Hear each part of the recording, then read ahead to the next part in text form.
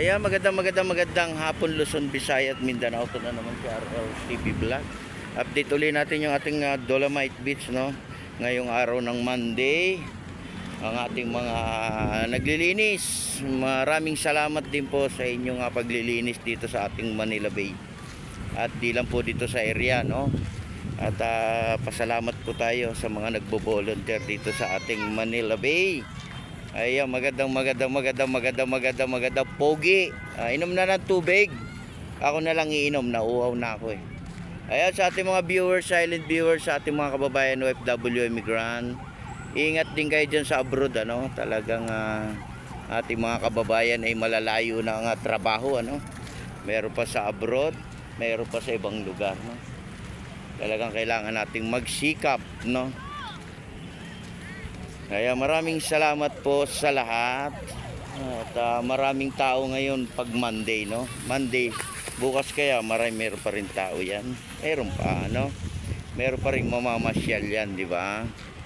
Mas maraming nakaupo sa tabing dagat, no? Shout out po sa lahat, no? Sa ating mga kababayan natin dito sa area ng ating Dolomite Beach, no? Dito sa may Roas Boulevard to, along Roas Boulevard, diba? Ayan, sa ating mga kababayan dyan, RLTV Vlog, hello. Diba, pag nasa tabing dagat ka, no, parang nawawala yung problema natin, no? Lalo na siguro pag may tumalon na isda dyan, ano? Tuwang-tuwa sila. Balang araw may isda rin tatalon dyan, eh. Ngayon di makatalon dahil marami naghahagis ng bato, no? Di ba? Baka tinamaan na.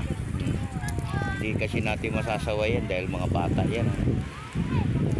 Talagang ang punta talaga nila dito sa tubig, no? Sa dagat. Ayan, si kuya, oh, sarap na ng tulog, oh, di ba? Baka makain ka na ng shark yan, no?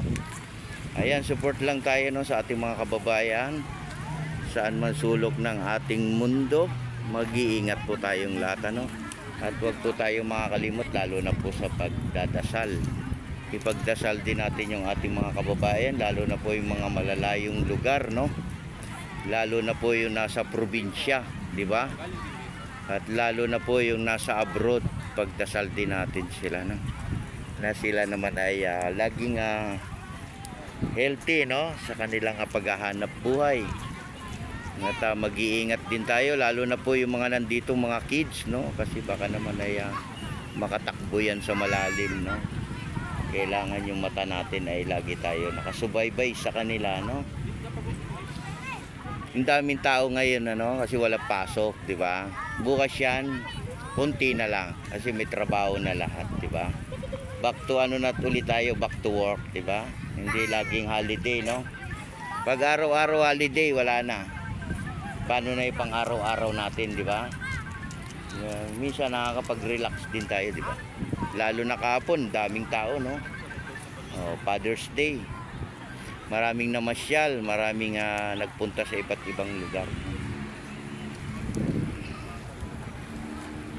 Di ba? Pag nandito tayo sa tabing dagat, parang nawawala ba yung ating problema, no? Nawawala. Yung iba nag-iisip kasi pag nasa bahay. Nakakapaglaro pa yung ating mga kids. Importante, dadalhin din natin yung ating mga senior, no? Dadalhin din natin dito sa tabing dagat. Kasi yung dagat, makalanghap lang sila, yan. Maganda na sa kanilang resistensya yan, ano? At tapos pasalamat tayo sa ating Pangulong Duterte at nagkaroon tayo ng ganitong Dolomite, no? Na-reclimate niya yung ating Manila Bay. Kita nyo naman nung araw ang Manila Bay, napakaraming basura, di ba? Parang wala nang namamasyal. Ngayon, dahil naman tuwang-tuwa na sila, iba-ibang tao, no? Ibang gagaling probinsya, yung iba nagbabakasyon lang dito sa Manila. Nakakapunta pa sila sa ating Dolomite. Importante sa lahat yung magkaisa tayo para sa ating basura, no? Magtulong-tulong tayo maging malinis yung ating mga pasyalan, no? Hindi lang po dito sa area ng ating Manila Bay. Lahat po ng lugar natin ay nililinis. di ba? Kasi pagdating ng ating malakas na ulan, nandiyan na naman yung mga baha-baha, no? Nahihirapan na naman tayo tumawid. Kaya hanggat walang baha, linis tayo, di ba? Smile lang tayo, guys, no? Talagang ang buhay ganito na, no? Talagang mataas na ang bilihin, di ba?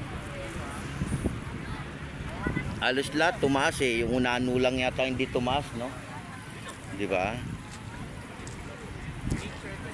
Ayan, maraming salamat po sa lahat. Ayan, magandang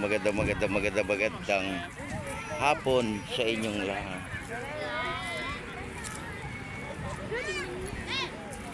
Dami marami na ba to? Marami na rin.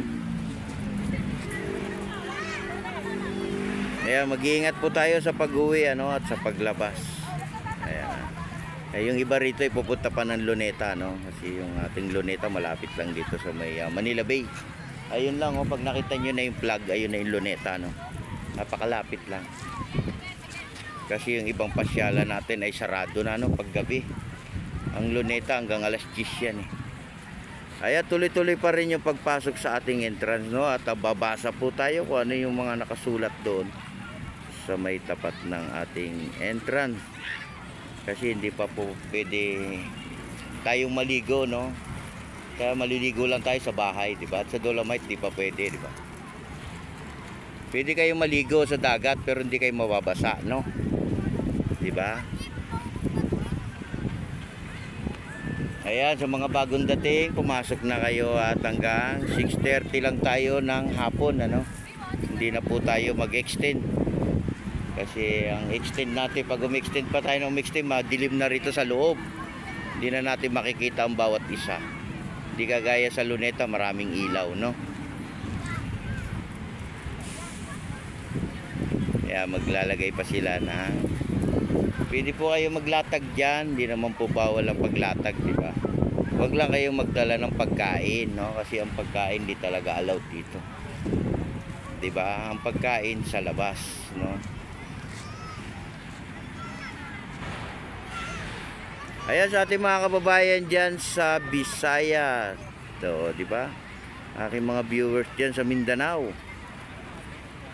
kamusta na rin kayo dyan, ano? Di ba umuulan dyan sa lugar nyo? Dito sa amin umulan, huminto rin, eh.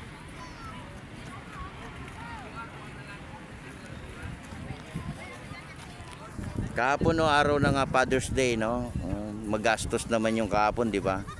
Maraming kumain, maraming namasyal, marami ding gastos, di ba? Ganun yung pagka Father's Day, pinapasyal yung mga baby nila, no? Lalo na yung ating mga anak.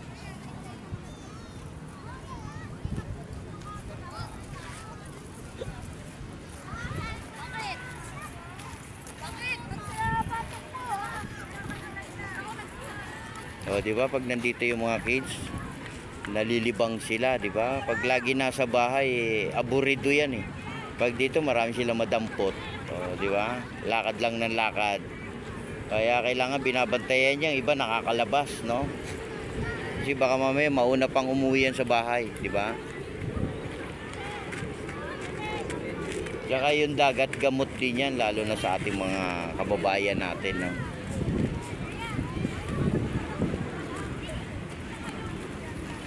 Ayan, hanggang dito na lang tayo, no, sa ating update ngayong hapon. Magandang hapon uli sa inyong lahat. At ingat po tayo sa pag-uwi at sa paglabas at sa pagsakay ng ating mga, lalo na po yung ating mga gamit, no? Sa mga inupuan natin, titig natin baka may naiwan tayo mga gamit, no? Importanteng gamit, iingatan natin.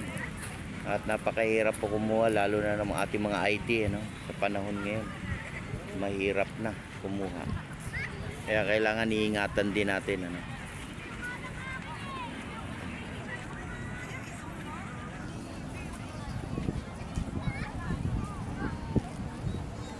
So, wala kasing pasok ngayon kaya maraming tao, araw na nga Monday, di ba? Gio, o, di ba yung ating mga kids? Pag uwi niyan sa bahay, antok na yan, di ba? Kasi nakapaglaro na sila ng napakahaba ng kanilang tinakbo sa Manila Bay na.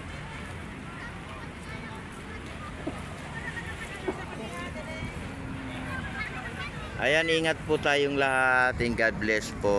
Ayan, maging mapayapa po yung ating bansa, no? Ayan, God bless. Bye-bye.